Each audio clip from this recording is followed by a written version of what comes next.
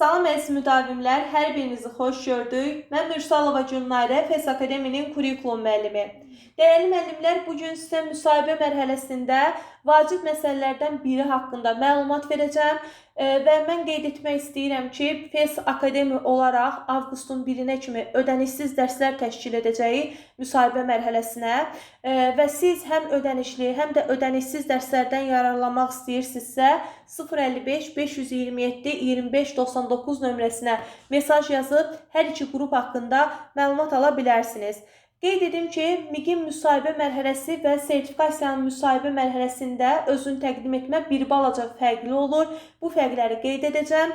MİQin müsahibə mərhələsində özünü təqdim etmə daha qısa, yığcam ola bilər, amma sertifikasiyanın özünü təqdim etmə mərhələsində isə biz biraz geniş özünü təqdim etmə istəyirik. Çünki onların sertifikasiya müəllimlərinin fəaliyyəti genişdir, yəni onlar bir müddət peşə fəaliyyəti ilə məşğul olublar, ona görə fəaliyyətlərindən danışa bilərlər.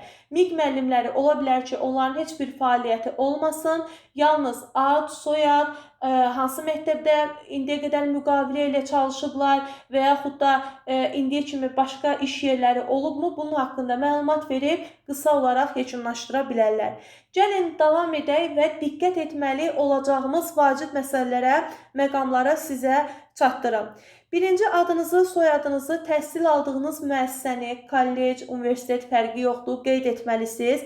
Mütləq şəkildə bunu doğru şəkildə yadda saxlayın.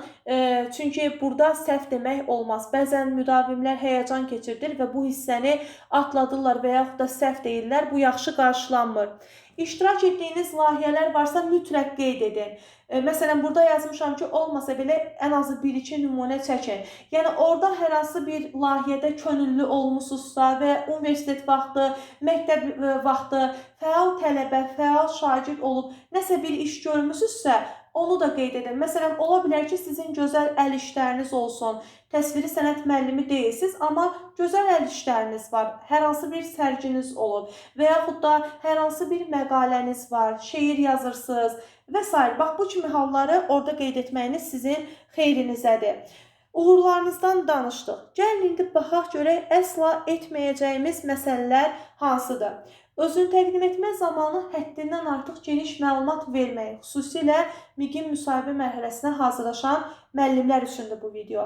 Özündən razı halda danışmaq, məsələn, həddindən artıq emosiyalarla danışmaq, əl-qol hərəkətlərindən həddindən artıq istifadə etmək qətiyyən olmaz. Jest, mimika, hər şey öz yerində, öz axarında olmalıdır.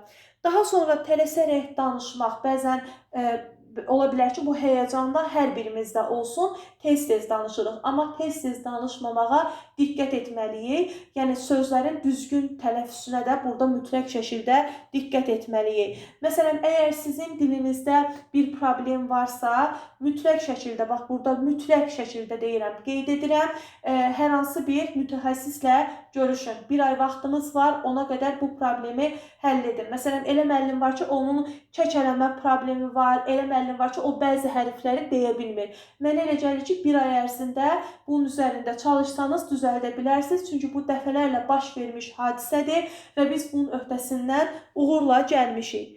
Ləhcə ilə danışmaq qətiyyən olmaz. Əlbəttə ki, bax, bu biraz çətin məsələdir. Biz hər birimiz Azərbaycanın müxtəlif bölgələrindən, rayonlarından ola bilərik. Amma Azərbaycan dilində danışmağa, düzgün qaydalarda danışmağa diqqət etməliyik.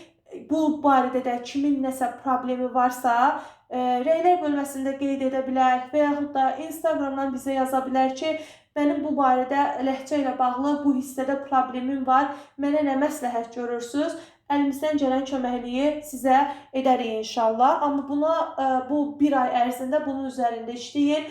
Gündəlik həyatınızda istifadə edin ki, müsahibə mərhələsində bu sizin üçün ilk olmasın. Yəni, orada da düzgün danışıq formasında danışa biləsiniz. Dilimizə yad ünsürlərdən istifadə etmək qətiyyən olmaz. Məsələn, ən çox istifadə etdiyimiz uj, prosta, bu sözlərdən qətiyyən istifadə etmək olmaz. Onsuz da orada dayandırırlar müəllimi və irad bildirirlər ki, düzgün deyil bu. Həddən artıq emosional olmayın, bunu qeyd etdim. Müsahibə bəzən qarşı tərəfdə biz istəyirik ki, yaxşı fikir formalaşdıraq və həddindən artıq gülürük, həddindən artıq özümüzü səmimi göstəririk. Baxın, bir müəllim necə olmalıdır? Bir müəllim duruşu, bir müəllimin danışığı, etik davranış qaydaları çərçivəsində necə olmalıdırsa, biz qarşımızdakı insanın gözündə elə olmalıyıq. Həqiqətən də müəllim adına yaraşar şəkildə müəllim necə olmalıdırsa, bizi elə görmək istəyir qarşımızdakı münsif və bizdən müsahibə götürən şəxslər. Həddindən artıq gülmək bizi çox səmimi, mehriban bir insan kimi qələmə verməz.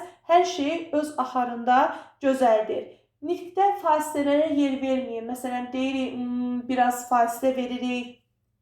Və yaxud da, məsələn, burada qeyd etmişəm bəzi nüansları. Bunlardan qətiyyən istifadə etməyin. Bunun üçün də nə etməyə lazımdır? Ən gözəl üsulu müəllimə sizə desin. Güzgünün qarşısında qalın və özünü təqdim etmə hazırlayın. Güzgü bizim əksimizi göstərir orada və danışaraq güzgüyə baxın. Dəfələrlə bunu edin. Gün ərzində 4 dəfə, 5 dəfə edin ki, artıq özünü təqdim etmə sizin üçün çox rahat bir hala gəlsin. Təbii ki, müsahibəyə bir gün qalmış mən özünü təqdim etmə hazırlasam, orada əlbəttə ki, mən səhvə yol verə bilərəm, hər hansı bir problemi yaşaya bilərəm. Bax, bu barədə də mütləq şəkildə dediklərimə əməl edin. Güzgünün qarşısında məşq edərək problemlərinizi həll edə bilərsiniz. Və burada, məsələn, baxın, özünü təqdim etmə, qeyd etmişəm ki, burada vacib nüansdır. Çünki ilk dəfə siz bir insanın qarşısına çıxırsınız və sizi ilk görüşdən necə tanıyırsa, müsahibənin sonraki taleyi də onunla bağlı olur. Məsələn, biz müsahibə mərhələsində görmüşük ki, müdavim özünü o qədər gözəl təqdim edib ki, ona heç bir sual vermədən sağollaşıb yola salırlar. Çünki zaten onun danışığı, onun belə deyək də, danışıq tərzi, geyimi, görünüşü, savadı onun özünü təqdim etməsində də özünü biruzə verir. Geyim məsələsinə də toxunmaq istəyirəm. Müsahibə mərhələsində təbii ki, bəy müəllimlərimiz ağ köynək, qara şalvar geyinə bilər və yaxud da hər hansı bir, belə deyək də, sport stilində deyil də, müəllim necə geyinirsə, elə bir formada müsahibəyə getməlidir. Xanım müəllimlərimiz də açıq-saçıq geyimlərdən istifadə etmək olmaz. Şalvar geyinməməyiniz məsləhətdir. Geyinmək olmaz demirəm, amma geyinməməyiniz daha məsləhətlidir. Və saçınızı çox səliqəli formada toplaya bilərsiniz və yaxud da yığa bilərsiniz. Bu sizin görünüşünüz də orada qarşınızdakı münsiflərə çox şey deyəcək. Yəni sizin haqqınızda daha çox təəssürat bağışlayacaq. Belə əziz müəllimlər, bugünkü dərsimiz bu qədər. Ödənişsiz dərslərdən yararlanmaq istəyirsinizsə, mütləq Gülnarə Mürsəlova YouTube kanalına abunə olun. Hətta qeyd edim ki, bizim Instagram kanalımızda da müsahibəyə aid maraqlı materiallar, izahlar paylaşılacaq. Həmin kanala da abunə olaraq yararlana bilərsiniz. Sağ olun, görüşərik.